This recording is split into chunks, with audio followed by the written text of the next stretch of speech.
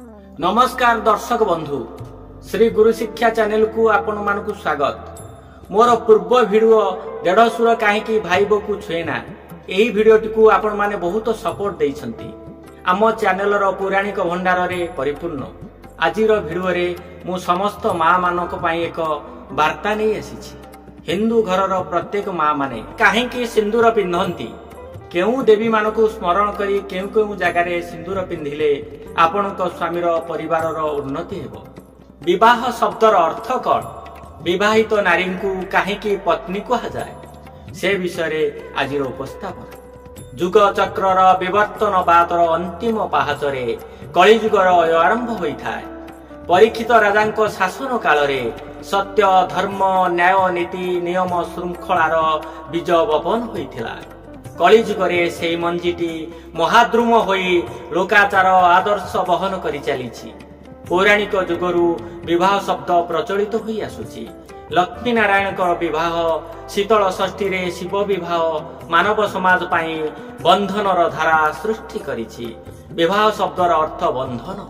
पति पत्नी सांसारिक जीवन रे बांधी होई वसुधैव कुटुंबकम मंत्र रे दीक्षित होइथांती। समग्र वसुधा गोटे परिवार। समग्र नारी जाति को वसुधा सहित तुलना करा जाइछि। धरित्री माता जेउपरि भावरे समग्र मानव समाज को धारण करिछि, समग्र नारी जाति माता रूपरे संतान को धारण करिथाए। नारी मानव समाजर सृष्टि पाई विवाह करिथाए। स्वामीर सहधर्मिणी होई शंखा सिंदूर पिंधि सधवा हुए। हिंदू धर्म रे नारी माने काहेकि सिंदूर पिंधंती? वेदरे वर्णित अछि विवाहिता नारी चारोटी स्थान रे सिंदूर पिंधिबा उचित। सीमंते सागर कन्या, कपाले माँ चंडिका, कंठरे माँ सरस्वती, शंखा मते सावित्री। प्रत्येक नारी सीमंतरे कपालरे कंठरे शंखारे सिंदूर धारण करिबा शास्त्र सम्मत अटे। सिंदूर लाल रंगर मनोहरी सामग्री नुहे।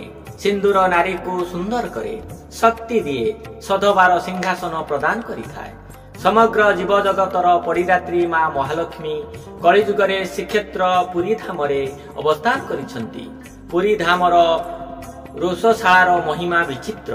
पुरी धामर रोषशाଳାରେ स्वयं महालक्ष्मी रोषाई करिथांती। माँ महालक्ष्मी अपार करुणारू नारी जाति रोषेई करी परिसीबार परंपरा आम मानव समाज रे प्रचलित होई अछि। प्रत्येक नारी सीमंतरे सिंदूर धारण करी माँ महालक्ष्मी आशीर्वाद भिक्षा करिथांती। गोलोक बिहारी नारायण पृथ्वीर परिकल्पना करिबा परे माटी मार कोल को मानव समाज पाई चयन करथिले। स्वयं शिवशंकर को माटी तत्वर देवता रूपरे स्वीकृति प्रदान करथिले। आदिमाता पार्वती स्वयं चंडी रूपरे विराजमान होई दुष्ट निवारण करी संथ पालन करिबार दायित्व संपादन करथिले। आदिमाता पार्वतींकर कृपा दृष्टिर कामना करी प्रत्येक नारी कपाଳରେ सिंदूर धारण करिथांती।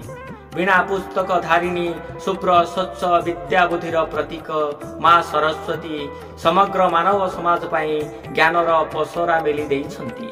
दयामयी माँ सरस्वती करुणा बारी रे सिक्त हेबा पाई समग्र नारी समाज कंठरे सिंदूर धारण करिथांती। माँ सरस्वती आशीर्वाद प्रत्येक नारी को बुद्धिमती ज्ञानमती सुलक्षणा युक्त हेबा पाई प्रेरणा प्रदान करिथांती। दुहिता दुई कुल कुहिता। पितृकुल स्वामी कुलर हित साधन करुथिबा कन्या को दुहिता कुहा जाए।